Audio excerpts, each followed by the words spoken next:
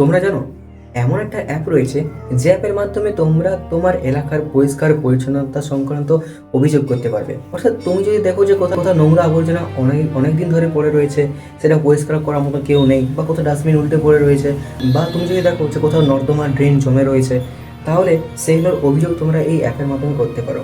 এই অ্যাপে অভিযোগ করার মাত্র 24 ঘন্টার মধ্যে সেই আবর্জনা পরিষ্কারও হয়ে যেতে পারে। তো তোমরা এই অ্যাপটা ইউজ কী করে করবে, চলে দেখিয়ে দিই ভিডিওটার মাধ্যমে। সবার প্রথমে তোমরা প্লে স্টোর থেকে এই স্বচ্ছতা অ্যাপটা ডাউনলোড করে নাও। অ্যাপটা ডাউনলোড করার পর তোমরা সেখানে নিজের মোবাইল নাম্বার দিয়ে লগ ইন করে নাও।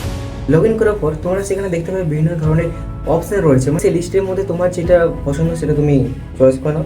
চয়েস করার পর তুমি যে লোকেশানে রয়েছো সেই লোকেশানটা বা কারেন্ট লোকেশানটা অন করে দাও। কারণ কারেন্ট লোকেশন অন করার পর সেই অ্যাপে তুমি সেখানে সেইখানকার ছবি একটা আপলোড করে দাও। ছবি আপলোড করার পর তারপর তুমি সেখানে নিজের একটা কমেন্ট করে দাও যে তোমার কী অসুবিধা হচ্ছে বা সেখানে কী অবস্থা হয়ে আছে সেটা নিয়ে তুমি সেখানে লিখতে পারো। লেখার পর সিম্পলি সাবমিট করে দাও। সাবমিট করার পর তুমি একটা রেফারেন্স কোডও পাবে বা আইডি পাবে।